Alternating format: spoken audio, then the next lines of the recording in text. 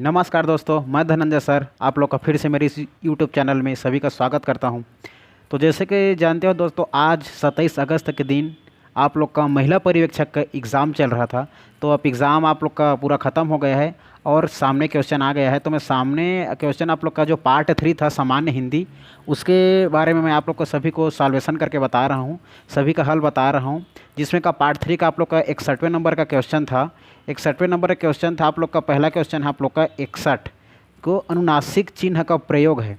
तो याद रखना, अनुनासिक चिन्ह का प्रयोग हमारे मंत्र में है। मंत्र अनुनासिक हमारा चंद्रबिंदु को भी कहते हैं। अब देखो आयोग किसको लेता है ये डिपेंड करता है। तो सबसे पहले याद रखना, अनुनासिक चिन्ह का प्रयोग हमारे ए मंत्र में हुआ है, ठीक है। इसके बाद याद रखना आप लोग का, इसका आंसर याद रखना ए हो जाएगा। 61वें नंबर का आपका आंसर क्या हो जाएगा? ए हो जाएगा।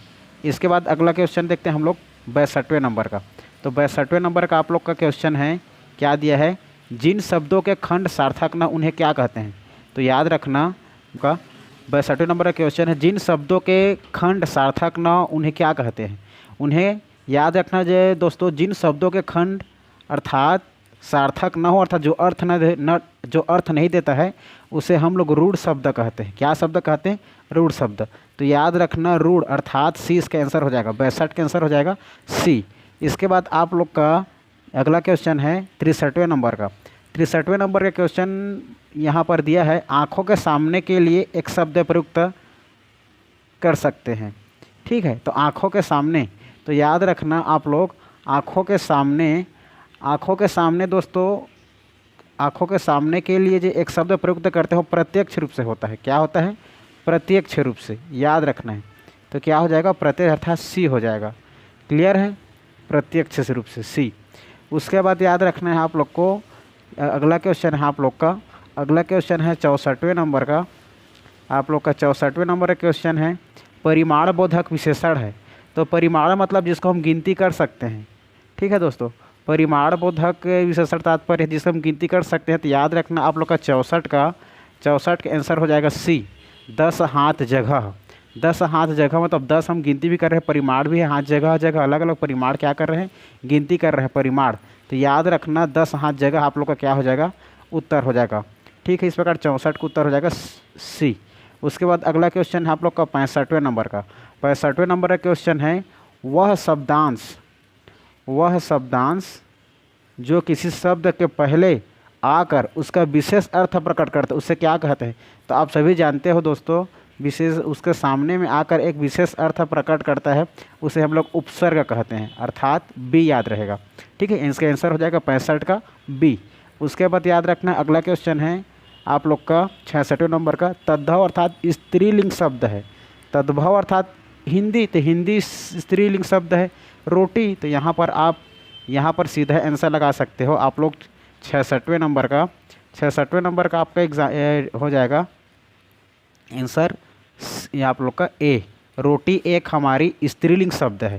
जैसे रोटी बनाई जाती है, रोटी खाई जाती है, राम रोटी, ठीक है, राम ने रोटी बनाई, ऐसा। इस प्रकार याद रखना 66 का आंसर आप लोग का ए हो जाएगा। क्लियर है? ए। फिर उसके बाद आप लोग का अगला क्वेश्चन है आप लोग का 67, अशुद्ध वाक्य है। तो अशुद्ध वाक्य में याद रखना दोस्तों, अशुद्ध वाक्य आप लोग का, अशुद्ध वाक्य में मैं आप पर श्रद्धा करता हूँ। तो मैं आप पर श्रद्धा करता हूँ नहीं होता, मैं आप पर श्रद्धा रखता हूँ ऐसा होता है। तो याद रखना इसका आंसर हो जाएगा ए। अशुद्ध वाक्य है आप लोग का, मैं आप पर श्रद्धा करता हूँ, इसका शुद्ध हो जाएगा मैं आप पर श्रद्धा रखता हूँ हो जाएगा। इसके बाद देखते हैं 68 नंबर क्वेश्चन। 68 नंबर क्वेश्चन है, मैं अपना, याद रखना, मैं अपना काम ला, मैं अपन काम ला आप कर लूँ, मतलब अपने काम को स्वयं करने की बात कर रहे हैं। और स्वयं करने की बात करते हैं अर्थात याद रखना उसमें निजवाचक सर्वनाम होता है। कौन सा वाचक? निज, स्वयं, मैं खुद, स्वयं, अपने आप, ये आप लोग का निजवाचक सर्वनाम होता है। तो 68 का आंसर हो जाएगा आप लोग का निजवाचक सर्वनाम अर्थात बी। इसके बाद आप लोग का अगला क्वेश्चन है 68 के बाद 69 नंबर का, यह कोई नया काम नहीं है।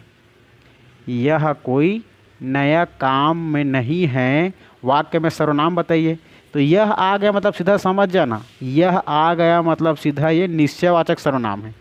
यह आ गया मतलब क्या है, निश्चयवाचक सर्वनाम है। यह कोई नया काम नहीं, तो मतलब किसी पास के वस्तु को दर्शाने के लिए बता रहा है कि यह कोई नया काम नहीं है। मतलब निश्चय है, काम तो है लेकिन नहीं हो रहा है ऐसा कुछ, इसलिए यह कोई नया काम नहीं में क्या हो जाएगा, निश्चयवाचक सर्वनाम हो जाएगा। इसके बाद आपका अगला क्वेश्चन है 69 के बाद अगला क्वेश्चन याद रखना है 70वां, अर्थात 70 क्वेश्चन क्या बोल रहा है, प्रत्यक्ष का विलोमार्थी है। तो याद रखना प्रत्यक्ष का विलोमार्थी होता है आप लोग का परोक्ष। याद रखना है क्या होता है, परोक्ष।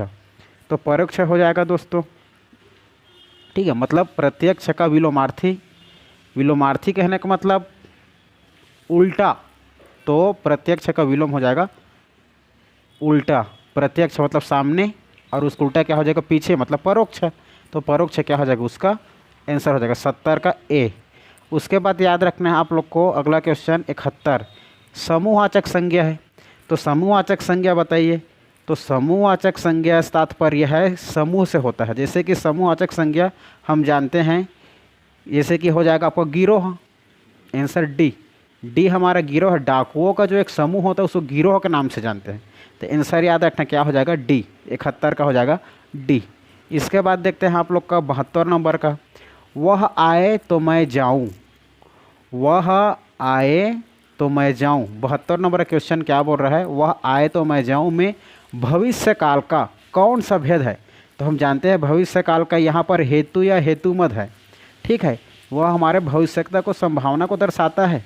तो वहाँ पर इंसान संभाव का मार देगा, लेती हेतु या हेतुमद भविष्य को, उसमें भविष्य काल के वह आए तो मैं जाऊँ, अर्थात आने के बाद, मैं जाने के बाद को क्या कर रहा है, हेतु मतलब यदि में रख दिया जा रहा है, इसलिए क्या हो जाएगा, हेतुमत हो जाएगा। 72 का सी। इसके बाद अगला क्वेश्चन याद रखना है 72 के बाद याद रखना है 73वां। आपका 73वां क्वेश्चन है। 73वां क्वेश्चन क्या कर रहा है, बात करना के छत्तीसगढ़ी पर्यायवाची हो ही, ठीक है। तो बात करना मतलब यदि किसी व्यक्ति में लड़ाई झगड़ा हो जाएगा तो क्या बोलते हैं उसको, जाके जाते हैं लोग उझियाले, वह तो पहले उझियाबे था तो दूसर वह तो हम लोग उझिए ही। तो उझियाना मतलब बात करना। तो याद रखना उझियाना मतलब क्या होता है, बात करना होता है, ठीक है। तो 73वां का आंसर क्या हो जाएगा, बी हो जाएगा। क्लियर है। इस प्रकार अगर देखा जाए 74वें नंबर का क्वेश्चन, तो 74वें नंबर क्वेश्चन क्या बोल रहा है, मुहावरा बताया है। तो 74वें नंबर क्वेश्चन में दिया है दांत काटी, क्या याद रखना, दांत काटी रोटी, दांत काटी रोटी का मुहावरा अर्थ होता है। तो दांत काटी रोटी का मुहावरा होता है दोस्तों गहरी दोस्ती। तो 74 का आंसर सी हो जाएगा, गहरी दोस्ती। दांत काटी रोटी का मुहावरा का उसका अर्थ हो जाएगा गहरी दोस्ती। इसके बाद आप लोग का अगला क्वेश्चन है 74 के बाद याद रखना आप लोग 75वां, छत्तीसगढ़ी में ऊँगना शब्द का प्रयोग होता है। तो याद रखना ऊँगना मतलब होता है किसी भी गाड़ी हो, मोटर हो, या किसी भी प्रकार के अगर सर में भी बाल लगाना हो, तो जब हम किसी भी चीज़ में तेल लगाते हैं उसका ऊँगना होता है। हम लोग खाट में तो तेल डालते नहीं हैं, कभी डालते हैं तो गाड़ी में तेल डालते हैं, कभी आते हैं जाते हैं, ठीक है। तो इसी प्रकार याद रखना आप लोग का छत्तीसगढ़ी में ऊँगना शब्द का प्रयोग हो गया है गाड़ी में तेल डालने के लिए, अर्थात तेल डालना ही हमारा क्या होता है, ऊँगना होता है। क्लियर। तो 75वां का आंसर हो जाएगा गाड़ी में तेल डालने के लिए। क्लियर है दोस्तों, कढ़ाई में तेल डालने के लिए नहीं होता। क्लियर। इस प्रकार आप लोग का हिंदी का 75 मतलब जो 75वां नंबर था हो जाएगा आंसर आप लोग का गाड़ी में तेल डालना। क्लियर है, 75वां का आंसर ए। इस प्रकार दोस्तों मैं आप लोग को पार्ट थ्री जो हिंदी था उसको मैं पूरा हल करके बता दिया हूँ। तो ये मेरे द्वारा संभावित आंसर हो सकता है बताया हूँ, अभी मॉडल आंसर नहीं आए हैं। तो मेरे तरफ से जितने हेल्प हो सका मैं किया हूँ। अगर वीडियो अच्छा लगे तो दूसरे अपने दोस्तों के पास भी शेयर करें। फिर मिलेंगे अगले वीडियो में दोस्तों, तब तक के लिए जय हिंद, जय भारत, जय छत्तीसगढ़।